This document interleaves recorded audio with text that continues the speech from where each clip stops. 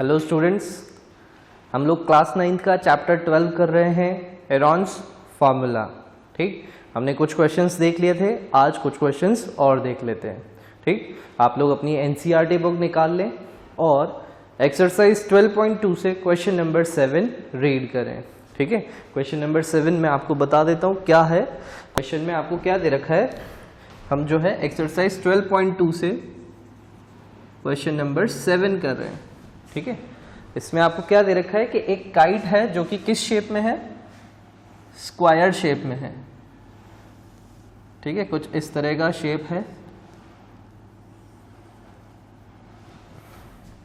और उसके नीचे एक ट्रायंगुलर टेल है। ठीक है, डायग्राम जो है स्क्वायर है ना, क्वेश्चन में गिवन है। ठीक, प्रॉपरली बन नहीं पाएगा यहाँ पे, तो आप इसको डायगोनल को, इसको शेप को स्क्वायर ही कंसिडर करेंगे। अब क्वेश्चन में बोला है कि इसका जो डायगोनल है, ये जो स्क्वायर है, इसका डायगोनल जो है वो क्या है, 32 सेंटीमीटर का है। ठीक, तो ये इसका डायगोनल हो जाएगा 32 सेंटीमीटर।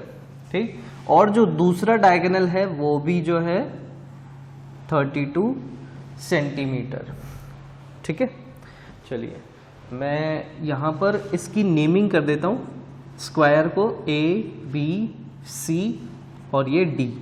ठीक, और ये जो नीचे ट्रायंगल है इसके भी हम नेमिंग कर देते हैं CEF। ठीक है, चलिए अब यहाँ पर आपको इस क्वेश्चन को सॉल्व करने से पहले स्क्वायर की एक प्रॉपर्टी जाननी होगी। ठीक, वो प्रॉपर्टी है that the diagonals of square are equal. ठीक, डायगोनल जो है वो इक्वल होते हैं। ठीक, and bisect each other at right angle. ठीक, क्या बोला मैंने कि जो डायगोनल्स होते हैं वो इक्वल होते हैं। ठीक है, स्क्वायर के डायगोनल्स जो है इक्वल होते हैं। और दूसरी बात मैंने बोली, bisect each other at right angle, मतलब 90 डिग्री पे बाइसेक्ट करते हैं एक दूसरे को। ठीक है, एक दूसरे को जब क्रॉस कर रहे हैं, कट कर रहे हैं। बाइसेक्ट का मतलब क्या है, बाइसेक्ट टू इक्वल पार्ट्स। ठीक, तो दो इक्वल पार्ट्स में डिवाइड कर रहे हैं और एक दूसरे को 90 डिग्री पे कट कर रहे हैं। इसका मतलब यहाँ पर जो एंगल बन रहा है, जहां ये दोनों एक दूसरे को कट कर रहे हैं, वो 90 डिग्री का एंगल है। और क्योंकि ये बाइसेक्ट कर रहे हैं एक दूसरे को, तो दोनों की ही लेंथ 32 सेंटीमीटर है। ठीक, दोनों की लेंथ 32 सेंटीमीटर है, तो 32 का हाफ कितना हो जाएगा, 16। तो इसका मतलब यहां से लेके ए से, इस पॉइंट को हम O बोल दें, है ना, तो A से लेके O तक का जो डिस्टेंस हो जाएगा वो क्या हो जाएगा, 16 सेंटीमीटर। ठीक है, सेंटीमीटर ही है यूनिट इसमें क्वेश्चन में गिवन। ठीक है ना, तो AO हमारा क्या हो गया, 16 सेंटीमीटर। और डायगोनल क्योंकि 32 सेंटीमीटर है, तो BD हमारा कितना है, 32 सेंटीमीटर। पूरा अगर AC डायगोनल की बात करें तो AC भी हमारा कितना है, 32 सेंटीमीटर। लेकिन हमको सिर्फ AO की लेंथ चाहिए, तो AO कैसे निकला हमारा, 32/2। ठीक है, क्योंकि हमने हाफ कर दिया उसका। क्यों हाफ कर दिया, क्योंकि प्रॉपर्टी है भाई स्क्वायर के डायगोनल्स की कि वो एक दूसरे को क्या करते हैं, बाइसेक्ट करते हैं, है ना। तो इसलिए हमने AO की लेंथ को 16 कंसिडर कर लिया है। ठीक है, अब आप यहाँ पे ऑब्जर्व करो ट्रायंगल ABD को। ठीक, ट्रायंगल ABD मैं एक बार दोबारा से बना देता हूँ यहाँ पे छोटा सा डायग्राम ट्रायंगल ABD के लिए। ठीक, ये A है, ये B है और ये D है। ठीक, ABD में आप देखो कि आपको BD की लेंथ कितनी दे रखी है, 32 सेंटीमीटर। और AO यहाँ पर जो है वो बेस से परपेंडिकुलर है, बेस से परपेंडिकुलर है, 90 डिग्री का एंगल बन रहा है ना, तो इसका मतलब ये इस ट्रायंगल की क्या है, हाइट। ठीक, तो इसकी हाइट हमारी कितनी हो गई, 16 सेंटीमीटर। ठीक है, तो हमारे पास ABD ट्रायंगल के अंदर बेस पता है और हाइट पता है, तो क्या हम ABD का एरिया कैलकुलेट कर सकते हैं? बिल्कुल कर सकते हैं, फॉर्मूला लगा करके, ठीक। In triangle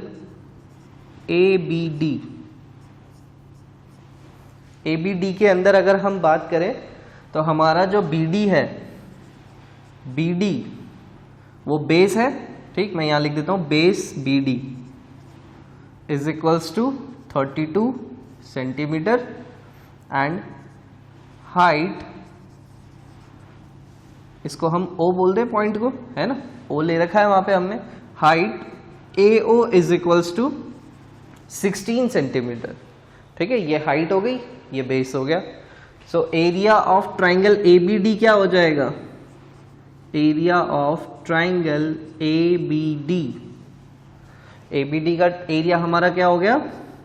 half into base into height. Formula जरूर लिख लें, ठीक है।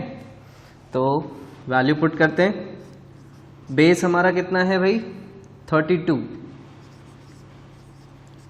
और हाइट हमारी है 16, ठीक है। आप कैंसिल कर दें इसको, 16 टाइम्स कैंसिल हो जाएगा 32 से। आप चाहो तो इसको कैंसिल कर लें, है ना, आपके ऊपर है आप क्या कैंसिल करना चाहते हैं। 16 इंटू 16, स्क्वायर ऑफ 16 इज 256 और यूनिट क्या हो जाएगी? सेंटीमीटर स्क्वायर, ठीक। तो आप देखो कि ABD का एरिया हमारा कितना आ गया? 256 सेंटीमीटर स्क्वायर, ठीक। अब यहाँ पर आप देखो कि ये स्क्वायर है, ठीक, और ये उसका डायगोनल है। तो स्क्वायर जो होता है वो एग्जैक्टली 2 इक्वल पार्ट्स में डिवाइड होता है उसके डायगोनल से।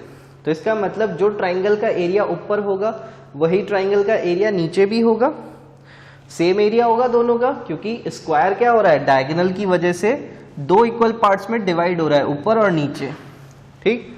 तो जो नीचे वाला ट्राइंगल है, ठीक, उसका एरिया भी क्या हो जाएगा? सेम 256, ठीक। तो मैं लिख देता हूं उस बात को भी। Area of triangle BCD is equals to area of triangle ABD which is equals to 256 centimetre square, ठीक है। तो इतना हमारा हो गया।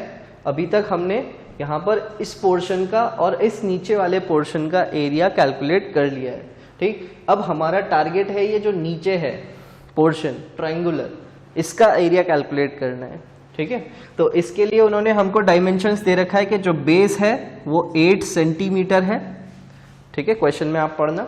और जो ईच साइड है, जो बाकी की 2 साइड्स हैं वो 6 सेंटीमीटर है, ठीक है। बाकी की 2 साइड्स क्या है? 6 सेंटीमीटर, ठीक। तो नीचे ट्राइंगल है CEF, इसका एरिया हम कैलकुलेट कर सकते हैं बाय यूजिंग हेरॉन्स फॉर्मूला, ठीक है। आप इतना नोट डाउन कर लें, फिर आगे बढ़ते हैं। चलिए, तो अब हमें जो एरिया कैलकुलेट करना है वो है ट्राइंगल शेप, ठीक, जिसमें तीनों साइड्स हमें नोन है, ठीक। अभी तो हमने जो ट्राइंगल ABD का एरिया निकाला वो कैसे निकाला था?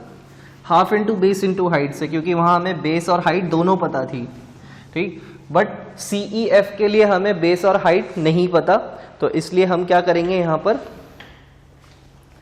हेरॉन्स फॉर्मूला यूज करेंगे, ठीक है। चलिए, तो बात करते हैं इन ट्राइंगल CEF के अंदर अगर हम देखें तो यहाँ पर आप A कंसिडर कर लो 6 सेंटीमीटर, जो साइड A है उसको 6 सेंटीमीटर ले लें, ठीक। B is equals to 6 centimetre and C is equals to 8 centimetre. ABC लेना होता है ना हमको, ठीक, because we need to calculate the semi perimeter. Semi perimeter calculate करें। Semi perimeter S is equals to A plus B plus C upon 2, 6 plus 6 plus 8 upon 2 that is equals to 20 upon 2, ठीक है। 20 upon 2 कितना हो जाएगा? 10 centimetre. तो semi perimeter आ गया 10 centimetre. अब हमें जो है एरिया कैलकुलेट करना है, ठीक। तो एरिया के लिए हम हेरॉन्स फार्मूला लगाएंगे, एरिया ऑफ ट्राइंगल CEF, ठीक है। हेरॉन्स फार्मूला लिख लें पहले, S into S minus A, S minus B, S minus C, ठीक है। चलिए अब यहाँ पर वैल्यू पुट करते हैं हम। वैल्यू पुट करें, S की वैल्यू हमारी 10i है, ठीक है। 10 माइनस 6, 10 माइनस 6 और C की वैल्यू है हमारी 8, सो 10 माइनस 8। फिर उसके बाद 10 इंटू 4 इंटू 4 इंटू 2, ठीक है।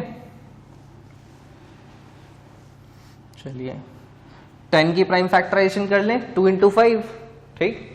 तो 10 की प्राइम फैक्टराइजेशन हो जाएगी 2 इंटू 5 और 4 इंटू 4 को एज इट इज रहने दें, क्यों? क्योंकि 4 का ग्रुप बन रहा है तो इसलिए उसकी प्राइम फैक्टराइजेशन करने की ज़रूरत नहीं है, ठीक। चलिए तो यहाँ पर आप देखें 2 का पेयर बन गया, 4 का पेयर बन गया है, तो ये दोनों बाहर आ जाएंगे, 2 और 4, ठीक है। 2 और 4 दोनों बाहर आ जाएंगे, 2 और 4 दोनों बाहर आ गए, अंदर कौन रह गया? √5, ठीक है।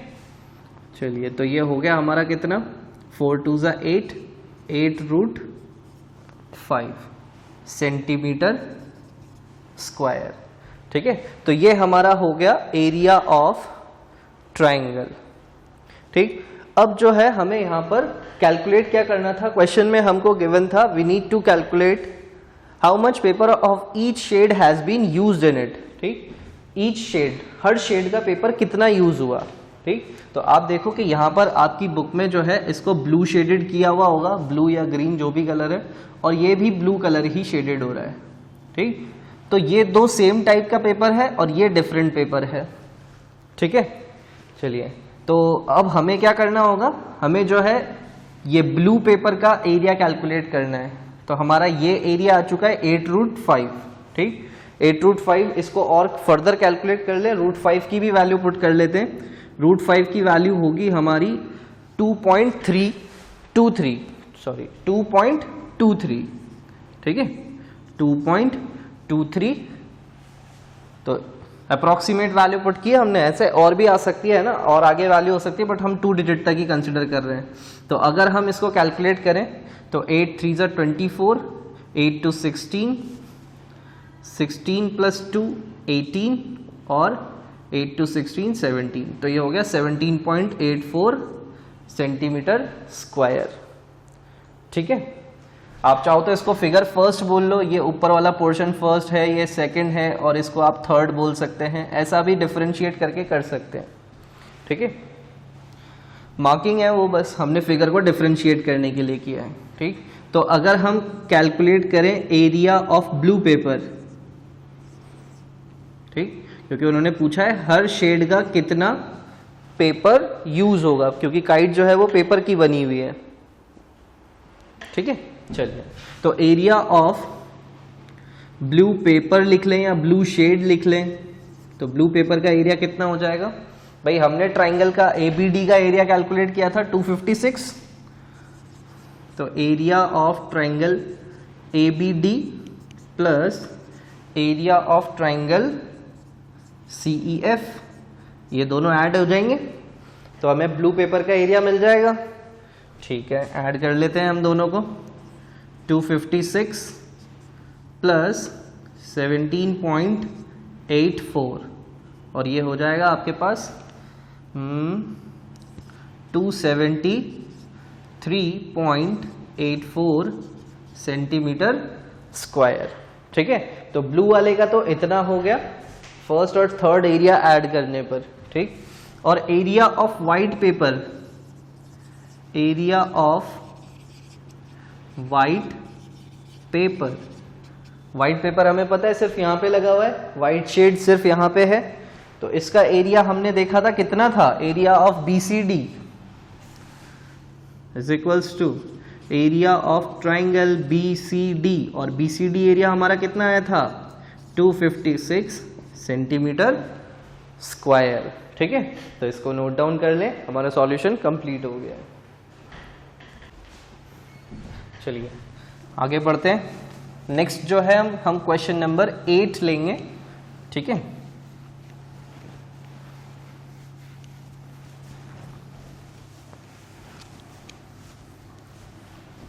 क्वेश्चन नंबर 8 आप पढ़ लें कि क्या गिवन है उस क्वेश्चन के अंदर, उसको समझने की कोशिश करें। इजी है, बस थोड़ी सी कैलकुलेशंस ज़्यादा है उसमें, बाकी क्वेश्चन इजी है। तो पढ़ें आप फटाफट से कि क्या गिवन है उसके अंदर। A floral design on floor is made up of 16 tiles which are triangular. The sides of the triangle being 9 cm, 28 cm and 35 cm. Find the cost of polishing the tiles at the rate of rupees 50 पैसा per centimeter square. ठीक, question 8 कर रहे हैं। Question में आपको क्या दे रखा है कि एक डिजाइन बनी हुई है जो कि 16 टाइल्स की हेल्प से बनी हुई है। ठीक, तो उसमें जो एक टाइल लग रही है उस टाइल का शेप कैसा है, ट्राइंगुलर है। ठीक, तो ये एक टाइल लगी हुई है उसमें ट्राइंगल शेप की। ठीक, और इसका डायमेंशन क्या है 9 सेंटीमीटर, 28 सेंटीमीटर और 35 centimetre.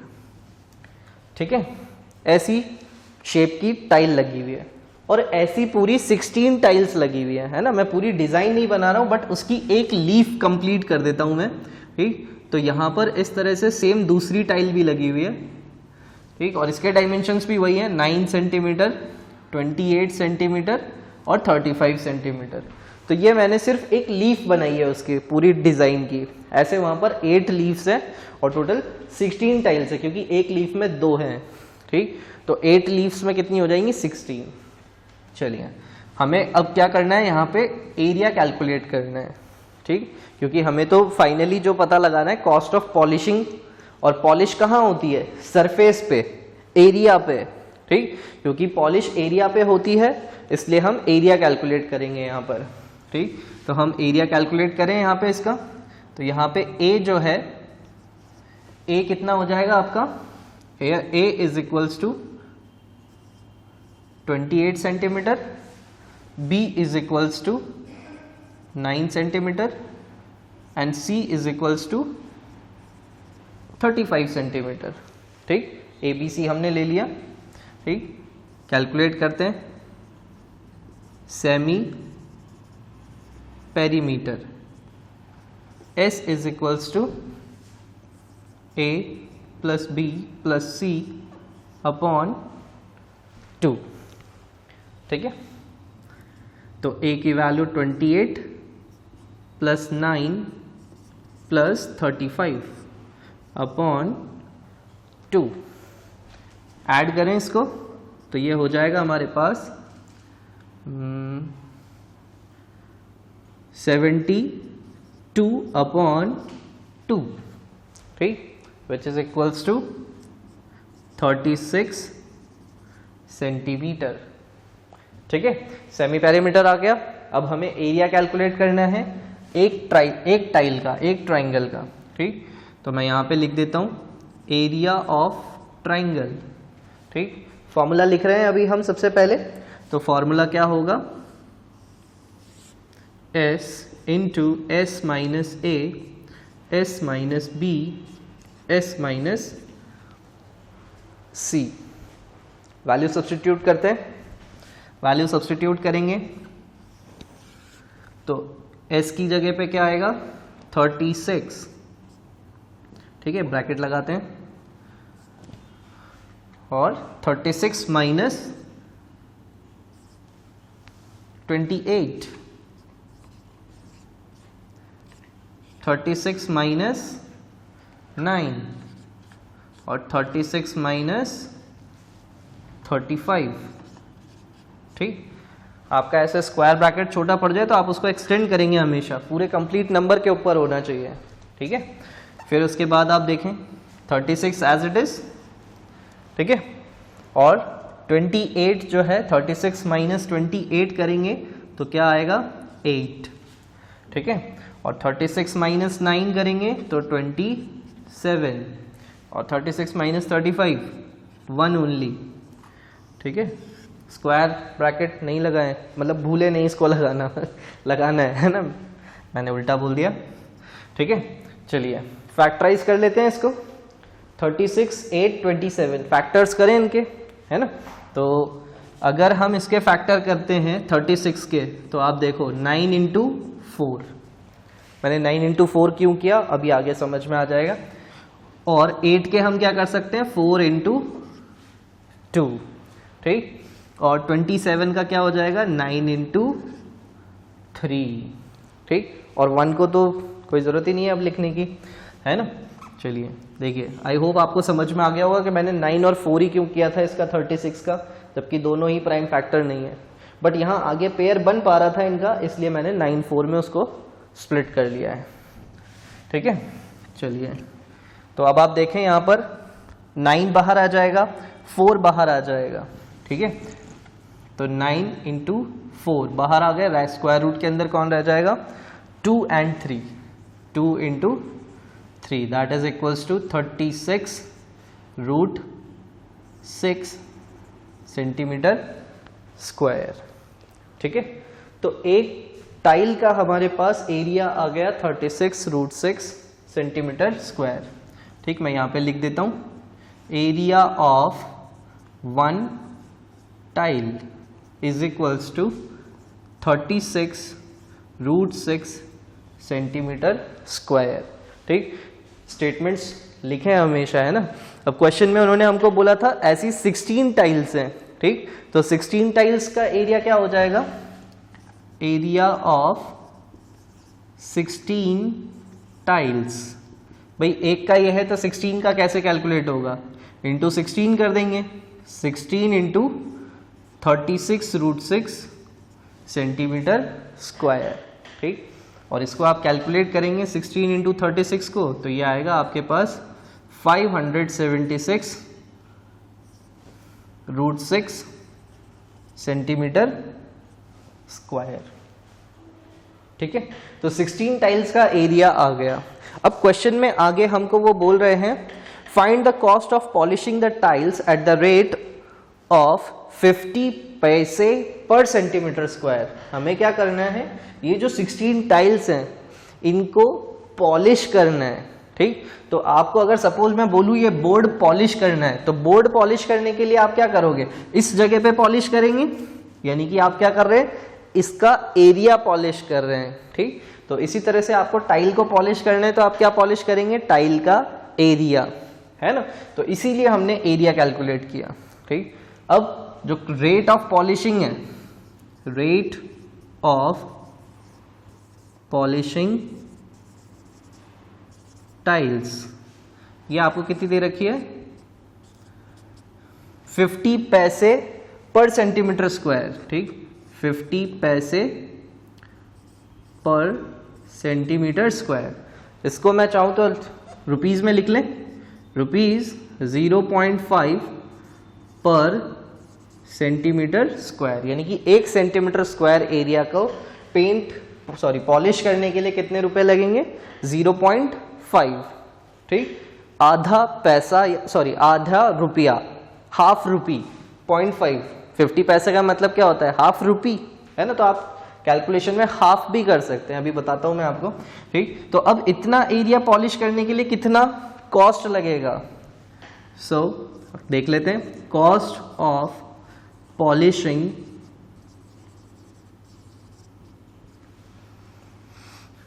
$576 root 6 centimetre square area of tiles.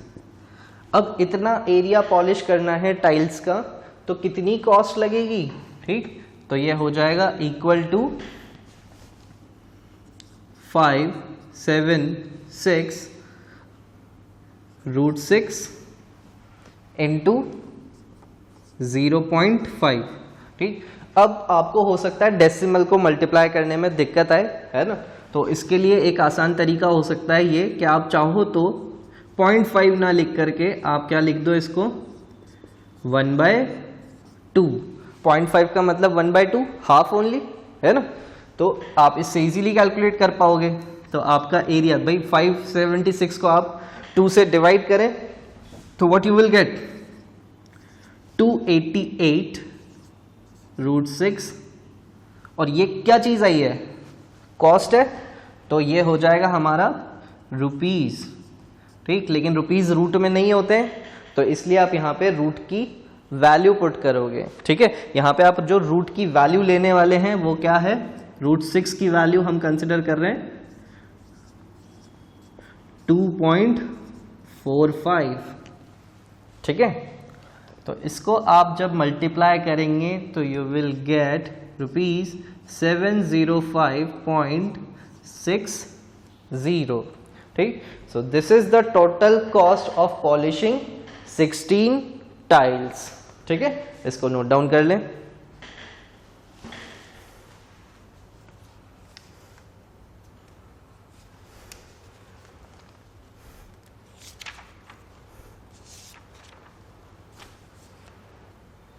चलिए नेक्स्ट जो क्वेश्चन है हमारा लास्ट क्वेश्चन रहेगा, ठीक। क्वेश्चन नंबर 9, उसको आप देख लें, पढ़ें क्वेश्चन में क्या गिवन है, ठीक। थोड़ा अलग क्वेश्चन होने वाला है, बिल्कुल अलग ही तरह का क्वेश्चन है। अभी तक आपने शायद इस टाइप का क्वेश्चन किया ही नहीं है ना। तो आप पढ़ो, दिमाग लगाओ कि क्या होने वाला है इस क्वेश्चन में, क्या होगा, कैसे होगा, ठीक। थोड़ा सा सोचें। चलिए भाई, क्वेश्चन 9 आपने पढ़ लिया होगा, है ना, कि क्या गिवन है क्वेश्चन नंबर 9 में। Question 9 is saying a field is in a shape of trapezium whose parallel sides are 25 meter and 10 meter. The non-parallel sides are 14 meter and 13 meter. Find the area of the field, ठीक है। Question में आपको क्या बोल रहे हैं, question number 9, ठीक। Question में बोला कि एक फील्ड है जो किस शेप में है, ट्रपेजियम में शेप में। ट्रपेजियम शेप कैसा होता है ना, आपने अभी ट्रपेजियम शेप पढ़ा ही नहीं होगा शायद कभी, या पढ़ लिया होगा पहले भी, क्योंकि शेप्स तो हम बचपन से पढ़ रहे हैं, ठीक। चलिए, तो इस तरह का शेप जिसमें one pair of opposite side क्या हो, पैरेलल, तो इस शेप को हम बोलते हैं ट्रपेजियम, ठीक। जिसमें सिर्फ एक ही पेयर अपोजिट साइड का क्या होता है, पैरेलल, और दूसरी जो अपोजिट साइड का पेयर होता है वो होता है नॉन पैरेलल, ठीक। मतलब वो लाइंस पैरेलल नहीं होती है, बट ये वाली पैरेलल होंगी, ठीक है। तो ये हमारा ट्रपेजियम शेप की फील्ड है, और इसके डायमेंशंस गिवन है हमको कि जो पैरेलल साइड्स हैं वो 10 मीटर और 25 मीटर हैं, ठीक है। मीटर में ही गिवन है यूनिट्स हमको, ठीक। और जो नॉन पैरेलल साइड्स हैं, यानी कि ये नॉन पैरेलल साइड्स, ये हमारी गिवन है 14 मीटर एंड 13 मीटर, ठीक। And we need to calculate the area. कैसे कैलकुलेट करेंगे, अब आप सोचोगे सर क्वाड्रिलेटरल डायगोनल ड्रॉ कर लेते हैं, है ना। चलो एक बार देख लेते हैं कि डायगोनल ड्रॉ करने से बात बनेगी क्या, ठीक। आपने डायगोनल ड्रॉ कर लिया, 2 ट्राइंगल्स में डिवाइड हो गया, लेकिन डायगोनल की लेंथ कहाँ है हमारे पास, तो फिर कैसे कैलकुलेट होगा, है ना। आप निकाल भी नहीं सकते, कोई पाइथागोरस थ्योरम नहीं लगेगी, क्योंकि 90 डिग्री का एंगल ही नहीं है यहाँ पर, है ना। तो डायगोनल की लेंथ हम फाइंड नहीं कर पाएंगे, तो इसलिए ये जो है इस तरह से तो नहीं होगा, है ना। तो फिर कैसे होगा वो देख लेते हैं, ठीक। ये डायगोनल को तो कर दिया मैंने इरेज, ठीक है। चलिए, अब यहाँ पर एक कंस्ट्रक्शन होगा, ठीक। कंस्ट्रक्शन क्या होगा वो देख लेते हैं।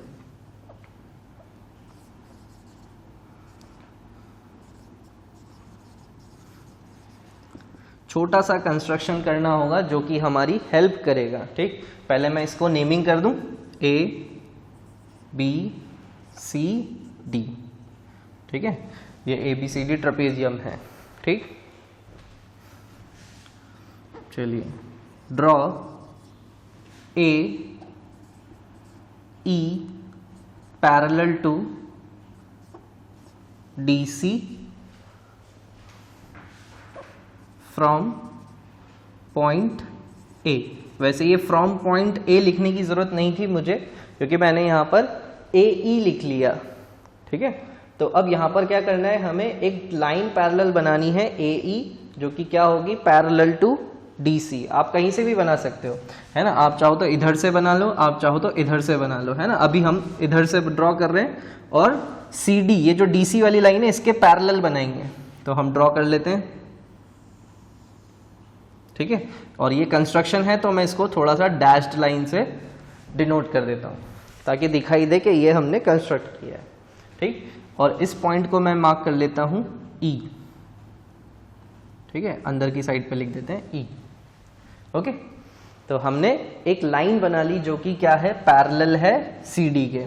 चलिए, तो अब आप ऑब्जर्व करें यहां पर कि ये जो AECD है, ये क्या हो जाएगा, पैरेललोग्राम, ठीक है। यहां पर थोड़ा सा क्वाड्रिलेटरल की प्रॉपर्टीज पढ़नी पड़ेंगी, हमको समझना पड़ेगा, है ना। आप देखो, अब ये तो ऑलरेडी पैरेलल थी, ये साइड्स तो ऑलरेडी पैरेलल थी, और इनको हमने पैरेलल बनाया, ठीक। तो both pair of opposite sides यहां पर क्या हो गई, पैरेलल, ठीक। तो अगर किसी क्वाड्रिलेटरल में ऐसा हो जाए कि both pair of opposite sides parallel हो जाए, तो फिर वो क्या बन जाता है, पैरेललोग्राम, ठीक। चलिए, लिख देता हूं मैं इस बात को। इन क्वाड्रिलेटरल AECD, AECD के अंदर यहां पर आपका क्या है, AD is parallel to EC, ये तो आपको गिवन है, ठीक।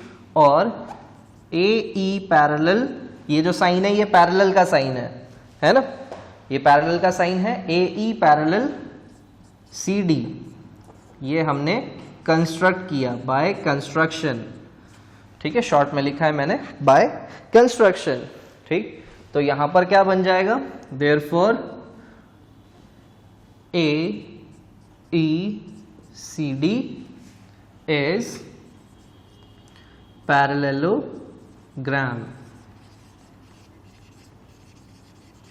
AECD क्या बन जाएगा, पैरेललोग्राम, ठीक है। और पैरेललोग्राम की प्रॉपर्टीज ये होती हैं कि उसकी जो अपोजिट साइड्स होती हैं वो क्या होती हैं, आपस में इक्वल, ठीक। तो अपोजिट साइड्स आपस में इक्वल। तो अब आप देखो, ये 13 सेंटीमीटर है, तो AE कितना हो जाएगा, 13 सेंटीमीटर हो जाएगा, क्योंकि अपोजिट साइड्स इक्वल होती हैं, पैरेललोग्राम, है ना। आप जब क्वाड्रिलेटरल चैप्टर पढ़ोगे तब आप पढ़ेंगे ये सारी प्रॉपर्टीज एक बार फिर से, है ना। तो वहां पे आपको ज्यादा क्लियर होगा।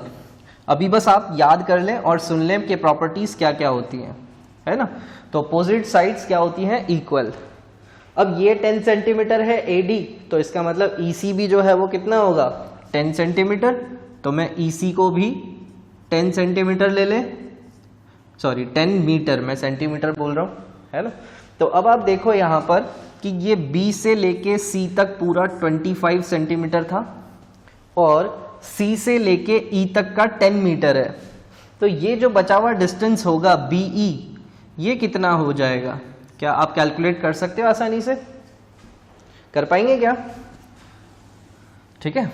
तो ये जो इंफॉर्मेशन मैंने लिखी यहां पर, मैं वो लिख देता हूं, है ना, कि भाई यहां पर क्या हो जाएगा, AD is equals to EC हो जाएगा, EC which is equals to 10 centimetre, और AE is equals to CD हो जाएगा, AE is equals to CD which is equals to 13 centimetre, ठीक है। ये इंफॉर्मेशन मैंने लिख दी है यहां पर। अब यहां पर आप देखो कि BE कितना होगा।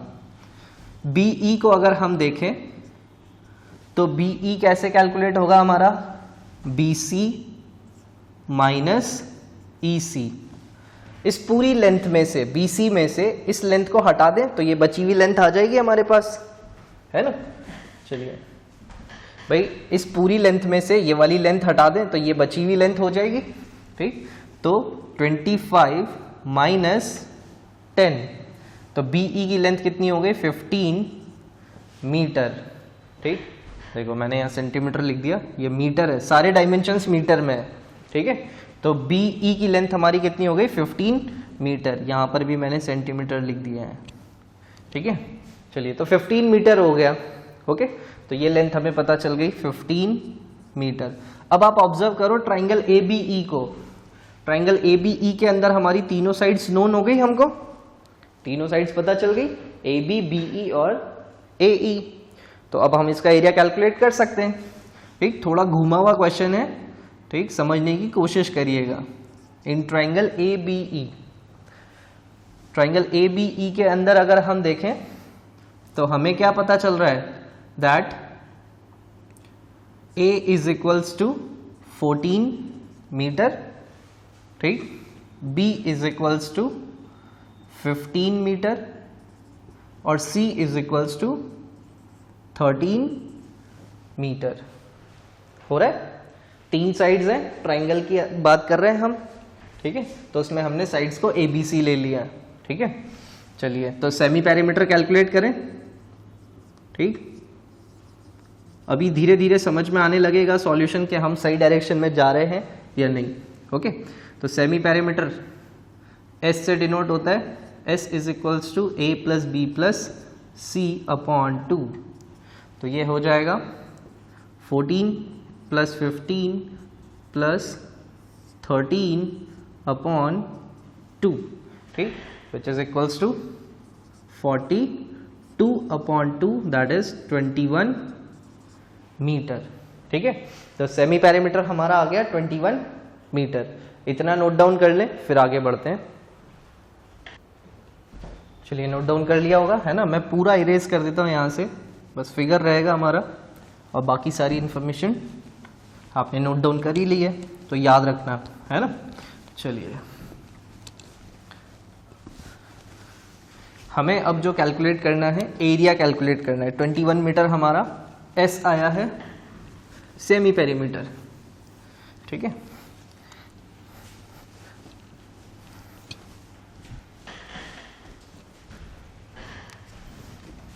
तो area of triangle ABE calculate कर रहे हैं हम, तो यहाँ पे ABE लिख देते हैं, is equals to formula S into S minus A, S minus B, S minus C।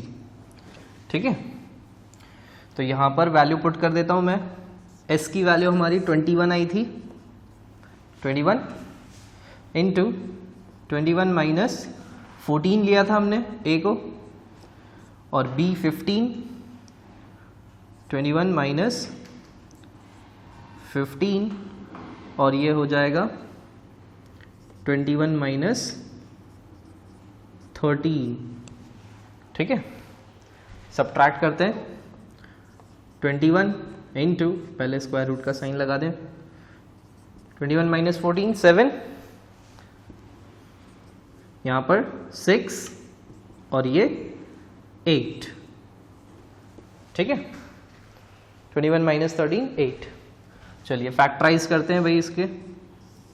हम फैक्टर इस तरह से बनाते हैं कि पेयर बन जाए, है ना। तो यहाँ पर आप देखो 21 7 है यहाँ पर, तो इसलिए हम इसको 3 इंटू 7 लिख देंगे 21 को, और 7 को एज इट इज, और 6 को हम क्या लिखेंगे, 6 को हम लिख देंगे 3 इंटू 2। ठीक है, और 8 को क्या लिख देंगे हम, 2 इंटू 2 इंटू 2, 3 टाइम्स 2 हो जाएगा। ओके, अब आप यहाँ पर देखें 3 बाहर आ जाएगा, इधर से 2 बाहर आ जाएगा, इधर से मैं पेयर बना देता हूँ, यहाँ पर जो बन रहा है वो तो है ना, और 3 भी पेयर में है, तो ये सब बाहर आ जाएंगे। 3 इंटू 7 इंटू 2 इंटू 2। ठीक है, आप इसको कैलकुलेट कर लें। 7 3 21, 21 2 42, 42 इंटू 2 84, 84 सेंटीमीटर, सॉरी 84 मीटर स्क्वायर। ठीक है, तो ये आपकी यूनिट हो गई 84, सॉरी एरिया हो गया ट्राइंगल ABE का 84 मीटर स्क्वायर। ठीक है, अब हमें कैलकुलेट क्या करना है, हमें कैलकुलेट करना है एरिया ऑफ ट्रपेजियम। ठीक। तो एरिया ऑफ ट्रेपेजियम अगर आपको फॉर्मूला याद हो तो एरिया ऑफ ट्रेपेजियम का फॉर्मूला होता है half into sum of parallel sides into perpendicular distance between them, यानी कि हाइट ऑफ द ट्रेपेजियम। ठीक, ये फॉर्मूला होता है। तो हमें यहाँ पर क्या चाहिए, हाइट ऑफ ट्रेपेजियम, यानी कि बेस से लेके इस अपोजिट साइड तक का डिस्टेंस चाहिए। ठीक, तो कैसे कैलकुलेट करेंगे देखते हैं। तो उसके लिए हम देखें, अगर ट्राइंगल की हाइट अगर हम पता लगा लें, ठीक, मैं यहाँ पे हाइट ड्रॉ कर देता हूँ ट्राइंगल की। ठीक, तो अगर ये ट्राइंगल की हाइट हमें पता लग जाए तो क्या हमारा जो ट्रेपेजियम है उसकी भी यही हाइट होगी, दोनों की सेम हाइट होगी। जो हाइट इसकी है ट्राइंगल की, वही हाइट ट्रेपेजियम की भी है। ठीक है, तो हम ट्राइंगल की हाइट पता लगाते हैं। सबसे पहले we know area of triangle ABE is equals to half into base into height. ये फॉर्मूला होता है half into base into height. ठीक, फॉर्मूले में वैल्यू पुट करते हैं। एरिया 84 है, half as it is, base कितना है 15। ठीक है, और हाइट हमें नहीं पता, हाइट हमको फाइंड करनी है। ठीक, तो ये सारी चीजें उधर ट्रांसपोज हो जाएंगी, तो क्या हो जाएगा, height is equals to 84 into 2 upon 15 metre. ठीक है, ये हाइट हो गई। ठीक, मैं इसको कैलकुलेट नहीं कर रहा हूं क्योंकि आगे जाके कैंसिल हो जाएंगी, है ना। चलिए, now area of trapezium ABCD। ठीक है, एरिया ऑफ ट्रेपेजियम ABCD जो है वो क्या हो जाएगा, half into sum of parallel sides into height। Height लिख सकते हैं या फिर perpendicular distance between them. Between them means in जो पैरेलल लाइन है इनके बीच का परपेंडिकुलर डिस्टेंस। ठीक है, तो एरिया ऑफ ट्रेपेजियम कैलकुलेट करना है हमको। तो हाफ 1/2 एज इट इज, और sum of parallel side, parallel side इस पैरेलल साइड और इस पैरेलल साइड का सम करेंगे तो 10 प्लस 25, 10 प्लस 25। और हाइट कितनी है भाई, यहाँ पे देखो हाइट जो ट्राइंगल की है वही हाइट हमारी क्या है, ट्रेपेजियम की भी है। ठीक, तो इसलिए हम 84 इंटू 2 अपॉन 15 ये हाइट हमारी है। ठीक, कैलकुलेट करते हैं। 1/2 इंटू 35 इंटू 84 इंटू 2 अपॉन 15। ठीक है, यहाँ पर आप देखें 2 से 2 कैंसिल हो जाएगा, है ना, इसलिए मैंने कैलकुलेट नहीं किया था क्योंकि टर्म्स कैंसिल होंगी। ठीक है, आप यहाँ पर कैलकुलेट और कैंसिल कर सकते हैं। 84 भी जो है वो 3 से कैंसिल हो रहा है। ठीक, 2 8 28 टाइम्स 3 से, और ये कैंसिल होगा 3 से 5 टाइम्स। ठीक, और इसको हम 5 से 35 को कैंसिल कर देंगे 7 टाइम्स। तो आपके पास बचा क्या फाइनली 7 इंटू 28, और इसको आप कैलकुलेट करेंगे तो यह हो जाएगा 196 मीटर स्क्वायर। ठीक है, तो ये हो गया आपका एरिया ऑफ कंप्लीट ट्रेपेजियम या कंप्लीट फील्ड। ठीक है, इसका एक तरीका और हो सकता है, वो मैं बस वर्बली बता देता हूं, आप उसको सुनिएगा। ठीक, हमने यहां पर एरिया ऑफ ट्राइंगल कैलकुलेट किया, और दूसरा आप फिर यहां पर एरिया ऑफ ये कैलकुलेट कर सकते हैं, है ना। मैं लिख देता हूं इस बात को यहां पर। ठीक, ये रफ वर्क है। आप area of ABE plus area of AECD, इससे भी आप इसको कैलकुलेट कर सकते थे। ठीक, ABE और AECD ये वाला एरिया, ये एरिया और ये ट्राइंगल का एरिया, इन दोनों को ऐड करोगे तो भी कंप्लीट फिगर का एरिया मिल जाएगा, है ना। तो ऐसे भी कर सकते थे, लेकिन AECD का एरिया कैलकुलेट करने के लिए आपको हाइट तो कैलकुलेट करनी ही पड़ती, क्योंकि एरिया ऑफ पैरेललोग्राम क्या होता है, बेस इनटू हाइट, है ना। तो इसलिए यहाँ पर हाइट तो आपको चाहिए ही चाहिए, ठीक। तो आप चाहो तो ऐसे करो या फिर डायरेक्ट सीधे ट्रेपेजियम का फॉर्मूला लगा के करें, दोनों तरह से आप कर सकते हैं, ठीक है। नोट डाउन कर लें इसको।